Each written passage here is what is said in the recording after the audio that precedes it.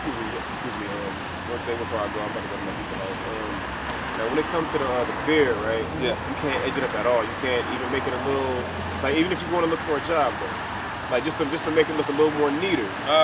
No, you're not supposed to line it up. Now, what you can do is you can cut it real Trim low. it down. You can cut it real That's low. the only reason why I got this much right now, because I could have it skinny as hell right now, or none at all. Yeah. But I was just thinking, I'm like, and I did have it like wild growing for like a minute now, but I just cut it yesterday, like just to even it up just a little bit. But we're not supposed to do that at all. Yeah, we're not supposed to do that at all. Just trim it down, man. That's it. Just keep it trim real low. If you want it real low, trim it real low. Put it like this, man. We know you know for the job's sake. Yeah. But babe, you gotta think it like that, man. The most I want you to get the job, you're gonna get it regardless. Yeah, whether you have your beard or not. But like I said, it's a good thing that you're growing out your beard. But a beard, it's a thing, and it is somewhat big, but it's really minor at the same time because your beard is not going to get you salvation. The word is.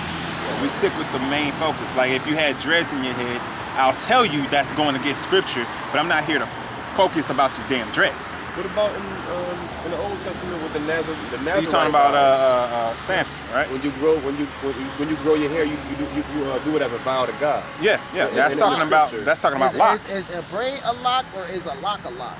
Which one look like a lock? A dread. No, a braid looks more like a lock. Would you have a lock? Three different right tight like pulling together, right? Would you have would you buy or take a lock that you don't know the combination and don't know the key? Nah, so why would you lock up your head and you can't unlock it? Well, you can shave it off and then grow again, though. Yeah, you can. But that when Solomon his dreads was not, his locks were not dreads. His locks was like this. See, if this is locked onto my head, if somebody cut this off, I'm gonna wake up and not notice. If I have 7 big fucking dookie braids in my head from birth, I'm gonna notice as soon as you cut it off. So that's how we know it wasn't talking about those locks. Because when she once you feel it on your neck, like me, my hair right here, I can feel it every day on my neck from the braids right here. And if somebody chop this off, I'm gonna notice that it's not there because I don't feel it on my neck. Not right away. Sometimes you might wake up and be like, you might. And because you still have it right here, you're gonna automatically think, I'm like, maybe I tied it in the back like mine. If they come over here and cut my hair off right now, it's not. That's just like if you have hair and then you cut it. You're gonna forget, and then you might try to fucking comb your hair and be like, oh shit, I forgot I cut my hair. Just because it's by habit. And remember when Delilah woke him up, she already tied up his hair once, trying to get his strength away. So when he finally told her the truth, no, you gotta cut my hair, she quickly chopped that shit. And when he woke up, he didn't know it was gone. So that makes more sense of, and it's not to mention that dread shit goes back to Africa. The Africans did that, and it was actually called deadlocks before it was dreadlocks. But dread is something dreadful. Is not something good anyway. All right. Now the reason why it was consecrated and separate from the Lord, his hair was consecrated unto the Lord, is because he was a man and he had long hair. That's a shame unto a man. I was gonna say that in I think Corinthians. Yes, that's a shame unto a man. That's the only thing that was different. But he didn't have fucking dreads in his head. Nah. See, that's what I didn't understand when when my hair was longer than this, and I was reading the scripture, and it said for a man to have, does not even nature show that for a man to have longer hair? It's a shame unto him. It's a shame unto him. Yeah, and I'm like, because the Nazareth, they did it. It was a vow. It was a vow. It's different. Right, and when they shaved their hair off, they shaved all their hair everything. off their body. Like the Egyptians. Yeah, they shaved everything, top to bottom. All hair was off. And then they consecrated that. They didn't just, I'm just shaving my head. No, they took that and they burnt it unto the Most High. All right? So those are the things that you got to have to do, for your Nazarite vow. Also, for the Nazarite vow, you need the certain turtle doves and pigeons and things of that. And you're going to need a Levite. Sacrifice? Yeah. To end your Nazarite vow. You talking about back then? Yeah. But still today. Now. Still today. If you were to do a Nazarite vow, you would need a Levite. I see what you're saying. You couldn't. Okay. Yeah, you'll need a Levite. Then you better be bald-headed from the jump.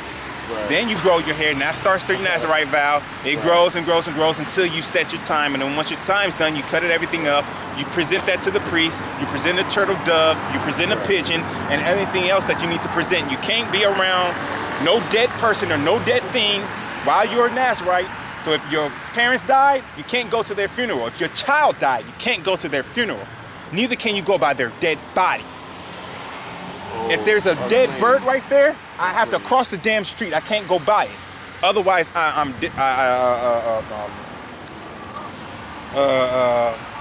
disowned it. All right, I dishonored it then. So even with the Nazarite law back then, when the scriptures say that to obey God is better than to sacrifice. Yes. Like they would, what would they have done with that? Like, a Nazarite, the only thing, the difference with a Nazarite is they didn't go by nobody's funeral, and they didn't have anything of the grape, anything of the vine. Man, those are two things they have to stay away from. But being a Nazarite is not going to give you salvation. It's not going to give you better insight of the scriptures. That was just something that you wanted to do unto the Most High for yourself and for the Most High. Okay, I want to separate myself for this time being. I'm going to sacrifice. I'm not going to drink nothing of the grape, nothing of the vine, and I'm not going to go by any dead body. So if you kill somebody in my family, I won't go to there. And the Most High is going to tempt you. Because you're making that Nazarite vow, He's going to tempt you. It's up to you to keep that vow straight. Because He's actually just sending Satan to go ahead and fuck with you. Because He's like, yo, Satan, look. He's making sacrifice unto me, man. He loved me, man. He loved me like Job loved me, man. I was just about to say that reminded me of Joe. Let me finish this. Please. Oh, my bad. Go ahead. It says, let me start with 28. For they are a nation void of counsel, neither is there any understanding in them. Oh, that they were wise, that they understood this, that they would consider their later end. How should one chase 1,000 and two put 10,000 to flight, except their rock had sold them. That what? Except their rock had sold them. Now, who's our rock? Yahweh Ba'ashem Yahushua. So our rock sold us into slavery, man. And the Lord has shut them up. But there ain't no, like you just said, ain't no way in hell 3 fucking Edomites on the ship can fucking put all them goddamn so-called Negroes in that boat, man. Millions? And now whoop they ass. Like, come on, man. Unless the Most High took that strength away from us, man. The strength to fight. He took that passion away. Like, He just took it away. And without that name and that power, man, we ain't got shit. Yep. So, man, that's how we know. That's how you identify yourself with the scriptures, to know who we are, man. It's plain and simple once you really understand it. Even if you just fucking listen for 10 minutes, but motherfuckers act like they don't got 10 minutes, man. Let me read this. This Deuteronomy 32 and 43.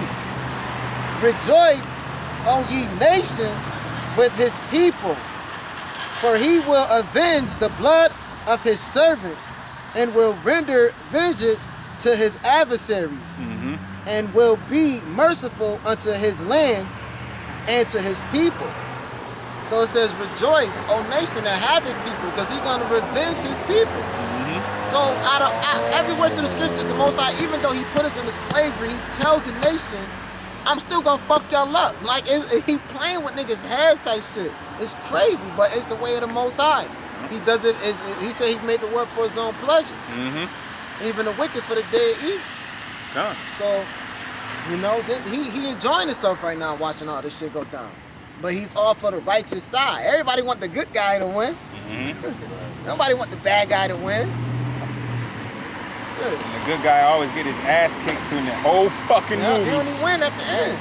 And at the end, that's when he gets his power. But when he gets his power, he fucks motherfuckers up, though. Right? Like how they say, nice guys finish last. Like the Last Dragon, Bruce Leroy. That nigga knew his shit, but because Shonuff got his power before him, Shonuff was fucking his ass up. Until Leroy realized, whoa, The power is within me. Nigga, I'm the motherfucking master. And then sure enough was like, oh shit, this nigga found out. And sure enough got his ass whipped. So that's the same thing. And sure enough, that represents 2/3, man. All right, Bruce Leroy, that represents the elect. We gonna fuck you niggas up, man. Because for the longest, y'all been shooting us down. All right, y'all been shooting us the fuck down. I can't blame the so-called white man for that or every goddamn thing. I blame you fucking wicked ass niggas for this shit, man. You the motherfucker that's shooting us down still. Off of what? Off for a fucking bag, a bitch. That's why 2/3 gonna get dealt with and gonna get wiped the fuck out, man. And y'all know y'all need to be wiped the fuck out. That's why y'all don't care. That's why y'all make your songs. I ain't worried about nothing. I ain't never scared. But nigga, turn off the fucking lights in your house. I bet your ass start running, screaming like a little bitch. Like my brother said the other day, man. That nigga said, fuck it, man. I eat my kids. You told the nigga gonna eat his kids. He like, I don't give a fuck. That's the Most High will. Like, bruh, dude, you like, come on, man. Like, you don't care. Like, you really love this life more than any fucking thing, man. Like, that's wicked as hell. Like, there's nothing here, man. You gonna cause your whole fucking family to get put to death because you want to be a dumbass dude, man. All these niggas around here, man, they just think whatever they doing is okay. Like, come on, man. It's more to life than fucking hustling, gambling, smoking, drinking, all this extra shit. You can do certain shit in moderation, but you know what I mean? Give the Most High his time, man. That's what nobody's doing. Nobody's giving him more, and he deserved all the fucking time, to be honest. He created everything. Shit, he deserved your whole fucking, all your time. But you can't find an hour, 2-3 hours of study to watch the elders and just to get up, you know what I mean, learn something. It ain't that fucking hard. We do this shit every fucking day, man. You got to be rooted and built up in Yahweh Ba'asham Yahweh Shai in spirit and in truth and in righteousness. And the only way that's going to happen is if you go into the word in spirit and in truth and in righteousness. And you will need a learned man to teach your ass this shit, man. All right? The true learned men, they don't have no problem teaching. I'm not going to charge you for fucking breakdowns. Unlike IUIC and Nate's camp, man. They charge you for fucking breakdowns. All right? I'm not going to be like Gino, Johanna, and ISUPK telling you, call me, and then you call his ass, hit him with a question, and he's like, oh, let me get back to you. Nigga, you supposed to know. And never call fucking back. That motherfucker ain't never called me back. Yep. That's the first person I called. The first time I started learning about the Israelites, man, I called General Gunn. That's the first person I was listening to. Seeing the number. As soon as I seen the shit, I called. Hype the fuck up. Yep. I was like, yo, I said, you said we the real Jews, right? He said, yeah. I said, so we the real Jews. We the ones that killed, I said, Jesus. I said, Jesus. I said, so we the ones that killed Jesus. He said, no. I said, that shit don't, like, how we didn't kill Jesus if we the fucking Jews. Didn't the Jews kill Jesus? Yep. He like, no, it's deeper than that. I'm like, bruh, that don't make no sense now. That don't even make fucking sense. Because he a clown, huh? What about Tazaria? General, I don't know if he's a general, but he went down with the Hebrew Israelite too. What's his name? Tazaria, y'all know what's his name? This black dude.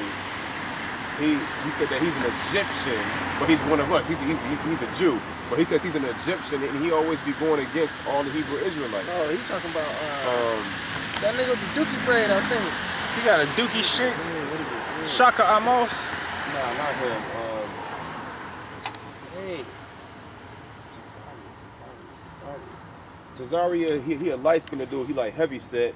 Well, obviously he got this if he's a Jew. Oh. What's that nigga name? And the dude he was going against was dark-skinned with a brush cut or bald. I don't know. Fuck. Yeah, he be kicking it with Saul Netta and Sarge. Yeah, Saul Netta. Yeah, okay, so you know who I'm talking about. Yeah, I know who you're talking about. Okay, Yeah, I know who. What about, remember when they did the battle, Tazaria and him? Tazaria got the braids. Oh yeah, you said dreads, right? You know what, they might be dreads. You said dreads, right? Or, What? Yeah. When I was talking about Tazaria, or you said dreads. Yeah, it's dreads. We don't do dreads. We do cornrows. Oh, they might be braids though. Yeah, he had braids. Yeah, okay. He had cornrows in his head. I know. I know that always talking. battle with him though. Mm-hmm. Yeah, you said he be with Sonnet and all them. Yeah, definitely. But I wanted to know what y'all thought about Tazaria though, the light skinned dude. Well, he used to be part of the camp.